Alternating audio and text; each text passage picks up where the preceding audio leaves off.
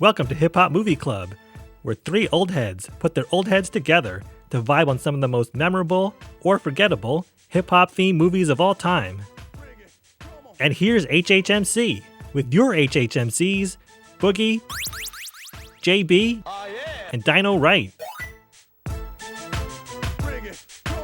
Welcome to Season 2, Episode 3, House Party. Directed and written by Reginald Hudlin and produced by Warrington Hudlin, starring Kid and Play, Full Force, Robin Harris, and distributed by New Line Cinema. House Party is a 1990 comedy starring the rap duo Kid and Play, in which Kid sneaks out of his home, despite being grounded by his dad, to attend a massive house party where all of his friends and the fine females are present. Along the way, Kid meets up with several obstacles, including the devilish Full Force crew.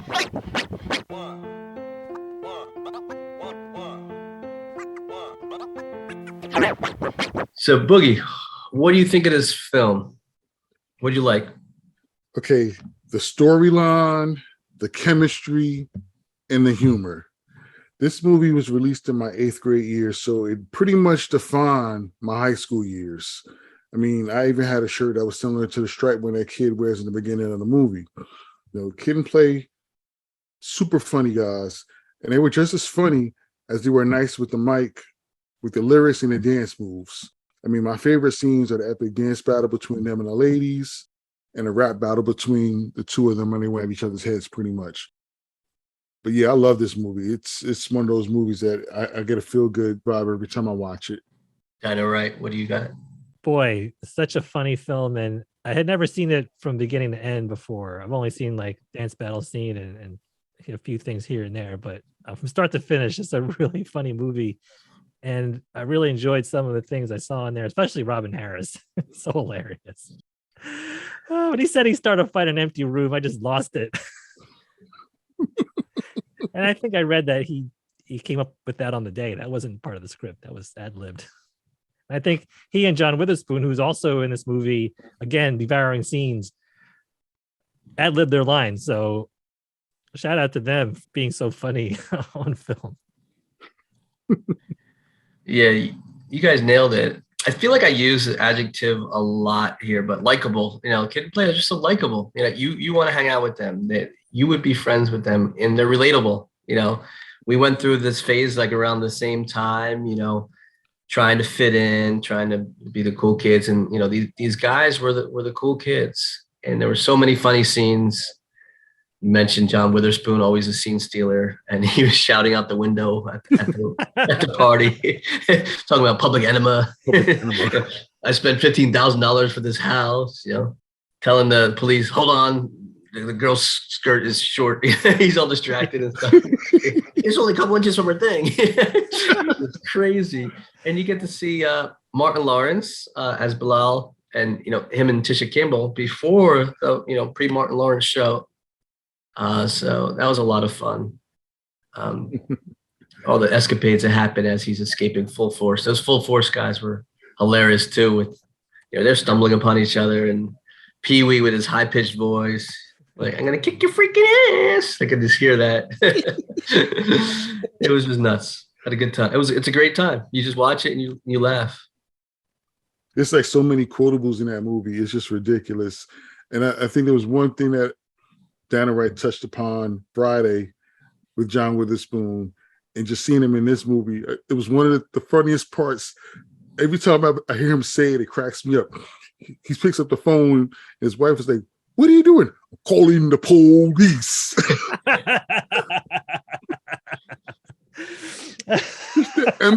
the emphasis, the way he says it, it's just so hilarious. So good. Public enema.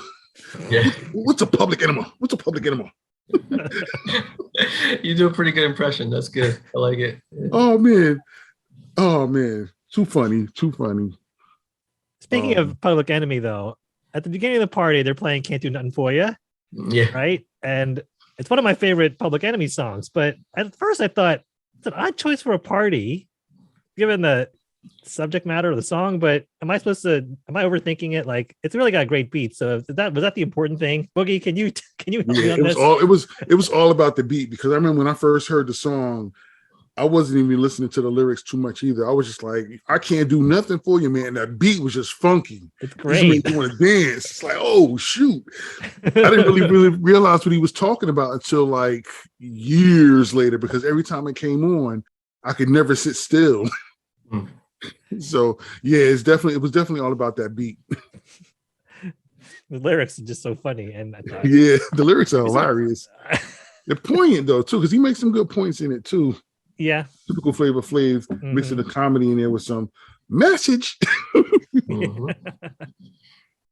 Yeah, it's funny.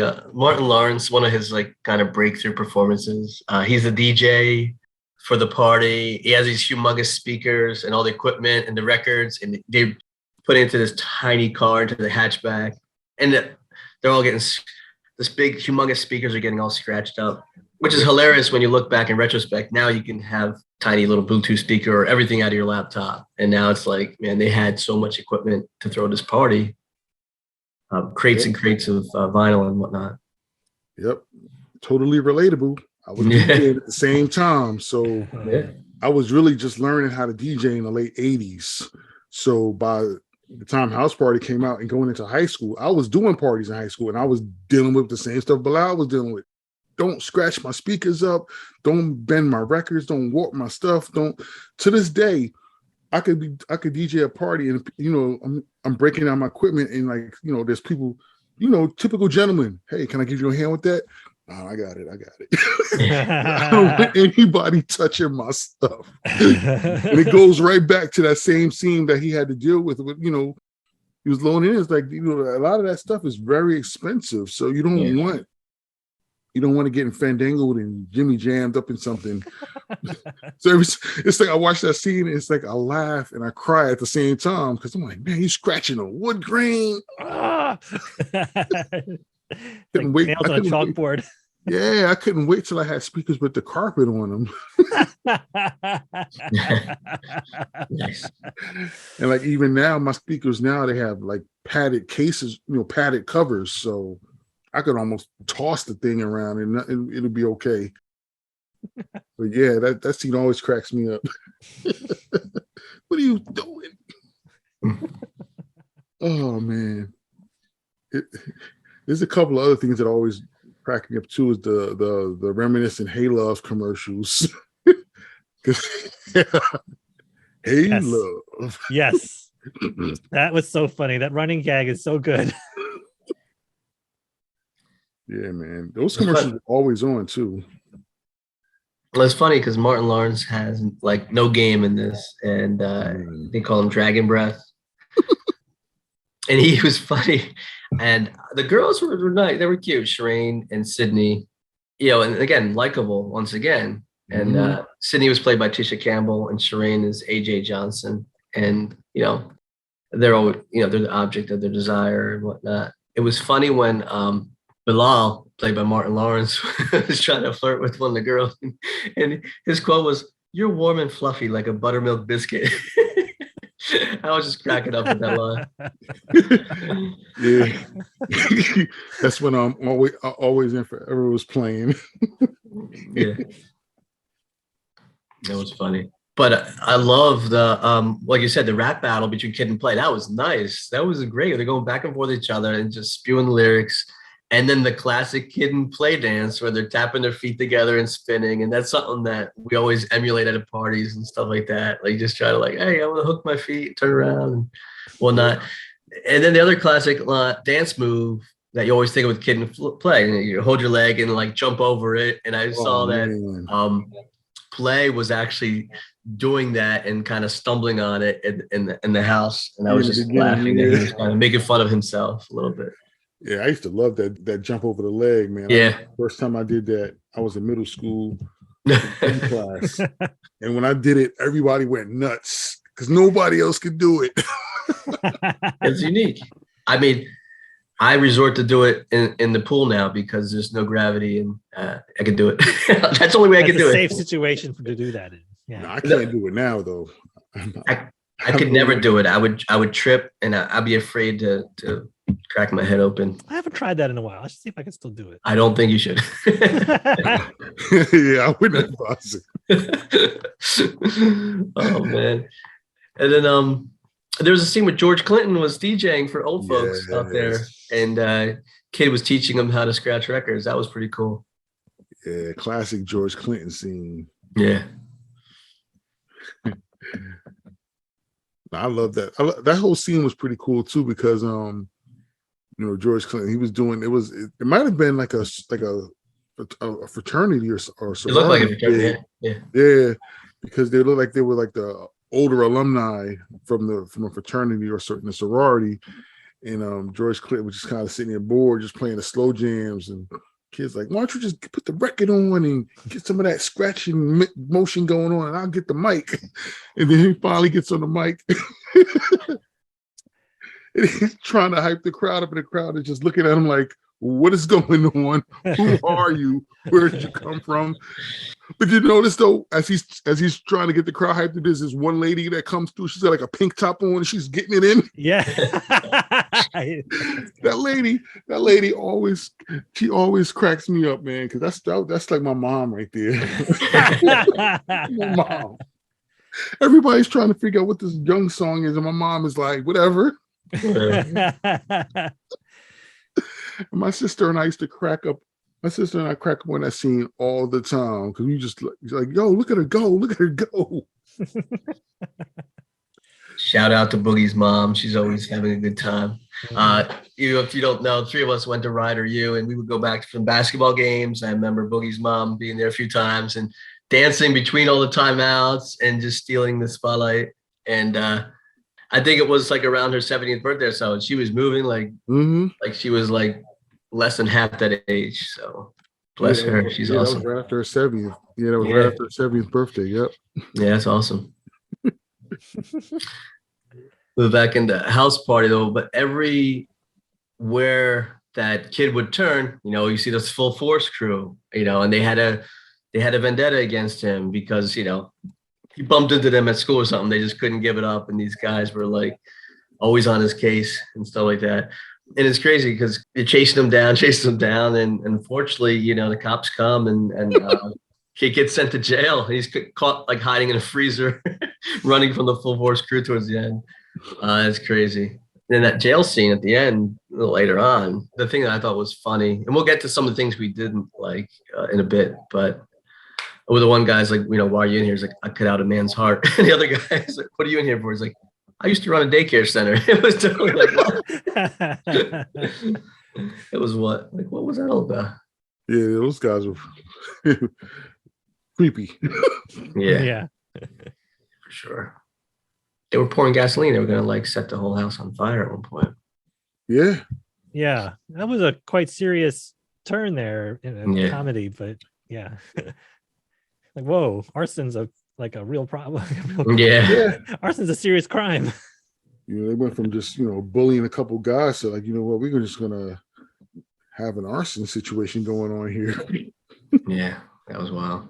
But the funny thing about it is, ironic as it was, is that those police officers, as annoying as they were, and following and harassing, even the language they used towards the young guys in that movie, had they not been trailing those guys, they would have never caught them.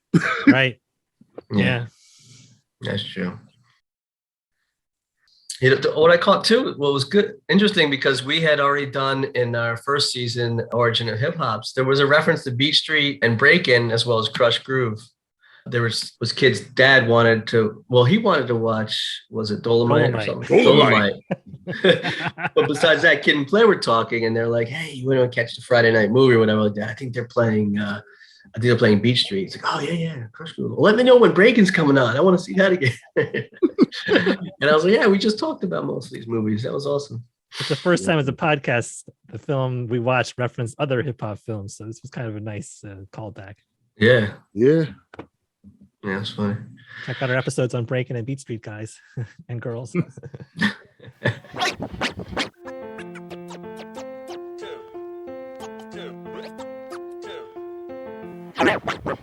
I mean, there were some cringeworthy type scenes and dialogue and things like that. I know, Boogie, you mentioned the cops, the crooked cops. I mean, they were legitimately racially profiling Kid and Play. They pulled a gun on Kid's dad at one point.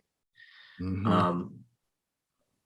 At one point, I think they said "freeze Negroes," you know. So Yeah. they were just nasty and racist.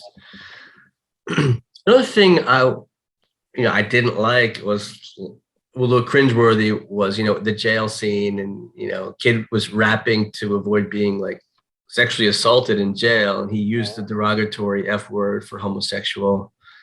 He was referencing Rock Hudson in a negative way.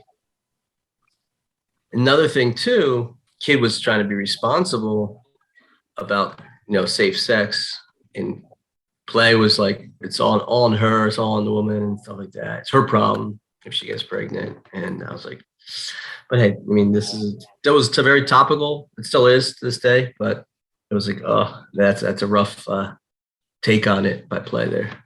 Yeah. Yeah, there's some sort of casual misogyny and homophobia, and Yeah.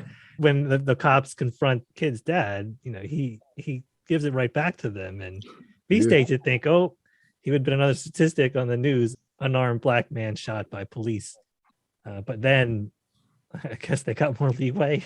I don't know, it's hard to say. And then at the end there's this corporal punishment thing going on with Kid getting a whooping. But I thought, I was cringing during that. Yeah. On one hand, actions have consequences. You could even say they have principalities. But again, this is beating your kids to prove a point is not looked upon the same way now.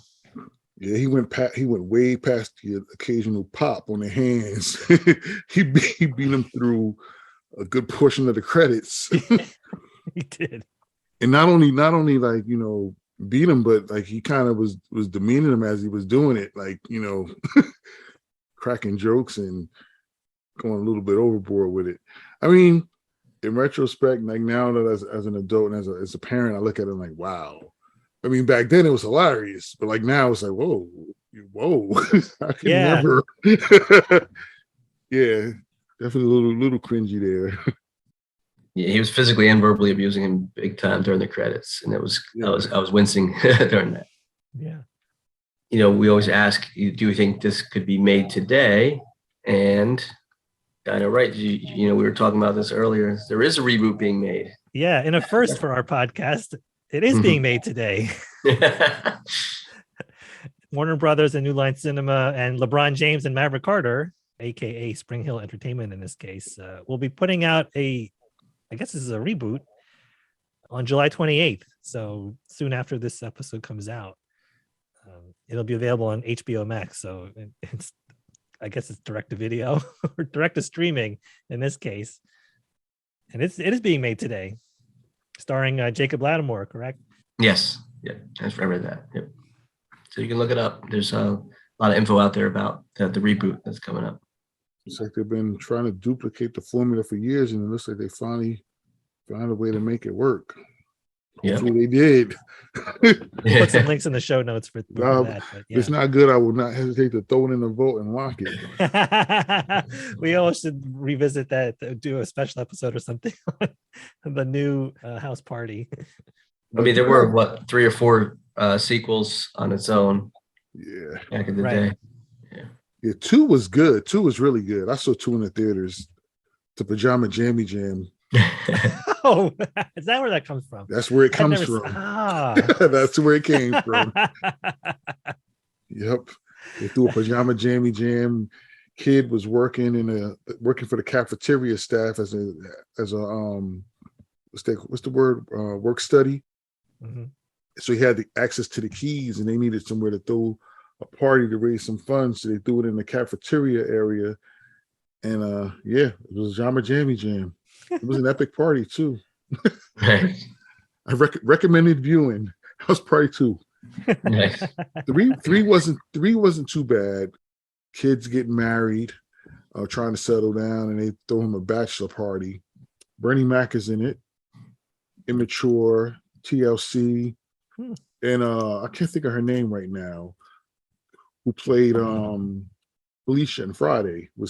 She's actually Kid's fiance Oh, in the movie. Yeah, so you actually see her done up and not looking like Felicia from Friday. Before House Party, Angela Means. Angela, yep, House Party 4. I came across it, and I know. So Marcus Houston was in it. So I don't know if the other members of the group Immature were in it. Well, I think at that time we were going by IMX. I don't know I think the others were in it, but I didn't get into that one. I was just like, yep, I'm done with that. Kid and Play's not in this one. I think right now everyone's trying to determine whether or not Kid and Play are going to make a cameo in this reboot or not. So that waits to be seen. I think. What do you guys think? Think they're going to make a cameo? It would have to. I think they have to. Yeah, I think so. Hopefully they do. I mean, that would get me to watch it if I definitely want me get me to watch it if I knew they're gonna have a brief cameo in it. I'd probably bet that having some kind of cameo in it. Because in House Party 3, Tisha Campbell makes a cameo in that one. She's in town visiting family, and her and Kid come across one another. They have a brief convo, and she kind of wishes him well. But so that was cool. But I would love to see Kid play in this reboot. I mean, what are Christopher Reed and Christopher Barton really doing these days? That they couldn't hop on the screen for a few minutes, you know. I mean, do you think they get paid? Why not get paid? Yeah. Yeah. I remember a few years after the House Party series, I saw Christopher Reed Kid pop up as on Star Search. They like redid the talent show Star Search. Oh yeah, I remember him hosting he was on that. Oh yeah, oh, that's right. He hosted that for a little bit. Oh yeah. Yeah. Oh. Wow, that's right. I forgot about that. Yeah, I saw play resurface somewhere. I can't recall where, but not too much. The thing about the original, and we'd done some research on this, but Peter Deming, the cinematographer, had also done two of my favorite movies, Evil Dead 2 and I Heart Huckabees. Yes. And they're very different movies, and shows you his range. He also did Scream and Austin Powers and My Cousin Vinny. It won a cinematography award at Sundance, and Reginald Hudlin won the Filmmakers Trophy at Sundance. So, this was a comedy that sort of had some firepower behind it. And so, yeah, from what I've been able to see from the reboot, I don't know that they've had this kind of firepower to it, and we'll see how the movie does. Calmatic is producing or is directing this reboot, so we'll see. They actually won like serious awards at Sundance Film Festival for it. So yeah, they brought in Calmatic. He directed the video for Old Town Road by Lil Nas X, and he's not a nobody.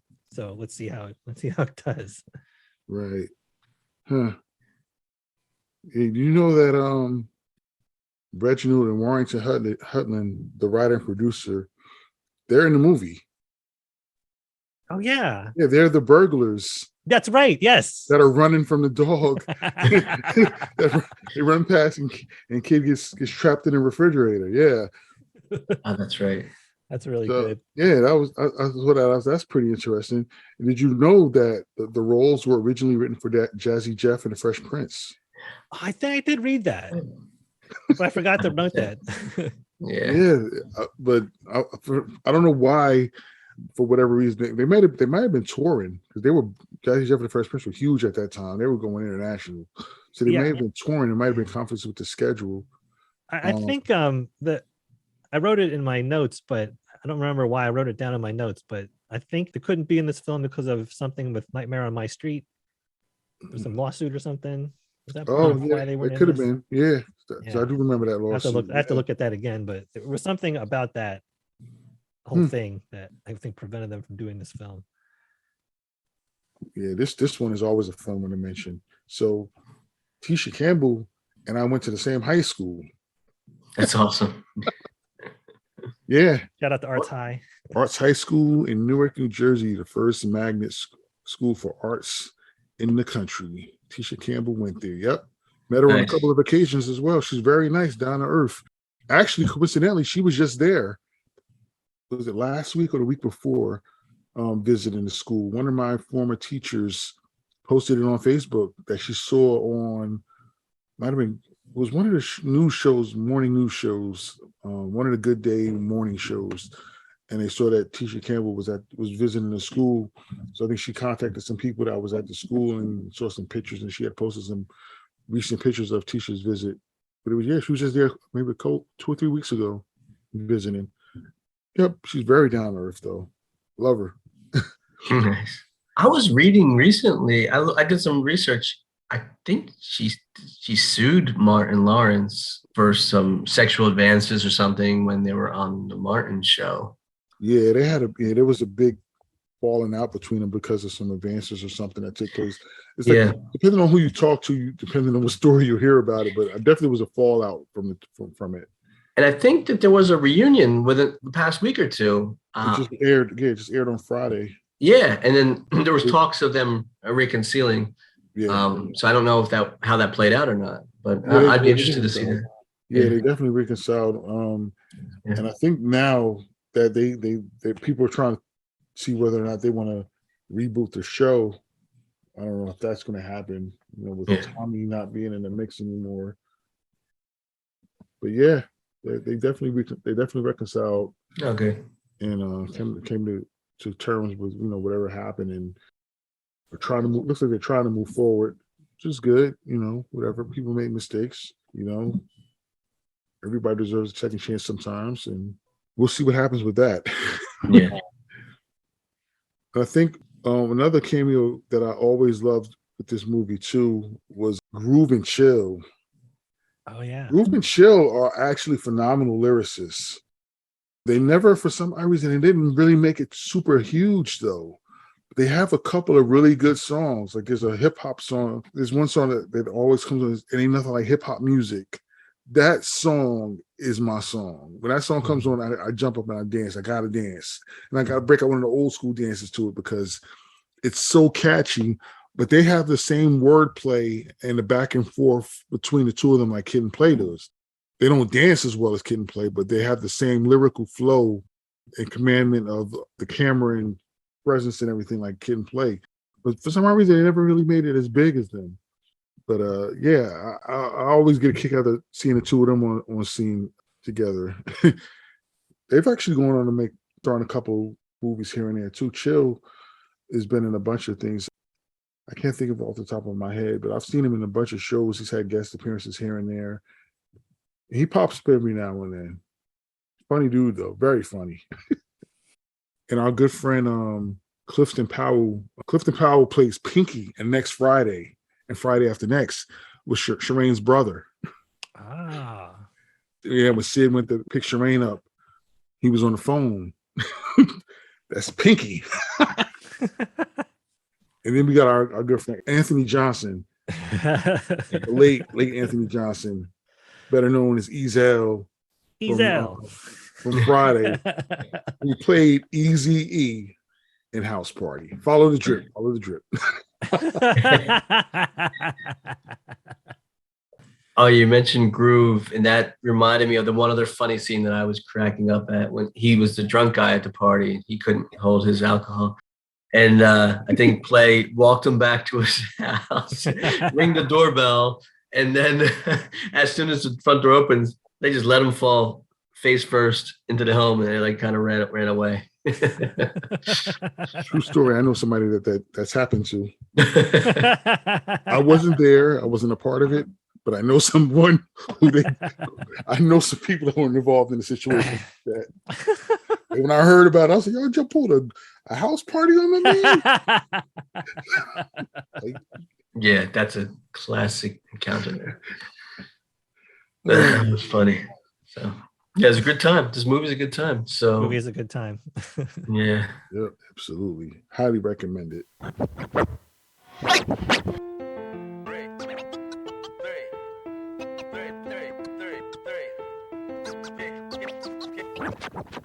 Yeah, so we want to do our official little review that we always do here. So the choices are bring that funky flick back, or leave it in the vault. So Boogie. Bring the funky flick back. I love this movie. Soundtrack is phenomenal. Love this movie. Yep, Dinah, right? with a glass of red Kool-Aid. Bring that funky flick back. Can I get an amen, Boogie? I mean, it's not cherry, it's not strawberry, it's not fruit punch, it's red. Red. Some Kool-Aid red. Yeah, I agree. Bring that funky flick back. Bring that funky flick back. Yeah, kid and play are naturals as actors. Sometimes it doesn't work out when you just throw some of these hip hop artists on the screen, but these guys were naturals. These were naturals. And as you can see, they spawned multiple sequels. These men are entertainers. Oh, and a cartoon. That's right. Right. Yeah. Yeah, in the cartoon. Yep. I gotta bring up one more thing though. Speaking of red Kool-Aid, but you catch the references to Dick Gregory drink? Yes. I had to look that up. What are they talking about? Dick Gregory. Like a weight loss thing or something, right? Yeah, it was a weight loss. It was a weight loss. Romanian diet. There's so many little references that they throw in this movie, like man. CPT and Japanese people time. Right. You know, the one that always cracked me up though is when he's talking about the Dolomite one, man. Because he said, "You don't want to watch Dolomite? You grew up on them. Way down in the jungle deep." The jungle deep. I know the whole thing, but I'm not even gonna get into it. I learned it way before House Party. I know. The ties to other films from this movie, like Dolomite and Robin Harris, of course, Bebe's Kids. Like I had to watch Bebe's Kids right after watching House Party because I had to get more Robin Harris. Yeah, man, Bebe's Kids is another classic. Robin Harris did not mess around, his kid's dad. And unfortunately, as we were discussing offline, he died shortly after the film premiered in the theater. Yeah, he died real young. It's a shame. Yeah. 9 days after it. Yeah. Age 36. Yep. Yeah, that's a shame. He was on the ascent upward too, because everybody knew him from stand-up comedy. Mm-hmm. You know, he was on Def Comedy Jam. You know, he did guest open up for, large, more established artists. You know, he did the comedy circuit. We knew he was funny, but now you see him on camera and like, oh, he's got camera presence funny. Mm-hmm. You know, he's got something that we can kind of run with. And unfortunately, he just didn't make it, Yeah. He had a bright future. He did. Robin Harris. Funny dude. Yeah. Rest in power, Robin Harris. Absolutely.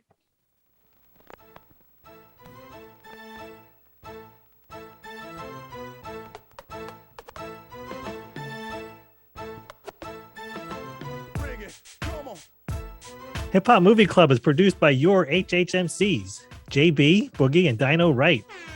Theme music by Boogie. Special thanks to Susan Berger, Towanda Edwards, and Allison Seneres. Hit us up at hiphopmovieclub@gmail.com or on Facebook, Twitter, and Instagram at Hip Hop Movie Club. You can also check us out at hiphopmovieclub.com. On the next episode of the Hip Hop Movie Club podcast, your HHMCs will discuss Don't Be a Menace to South Central while drinking your juice in the hood. Subscribe with your favorite podcast app and you won't miss it. Remember, don't hate, participate. Yes. Participate.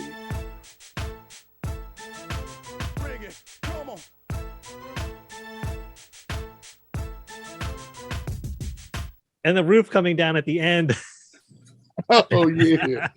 Like the opposite of Wizard of Oz or something. Yeah, they blew it off in his kid's dream and it came out at the end.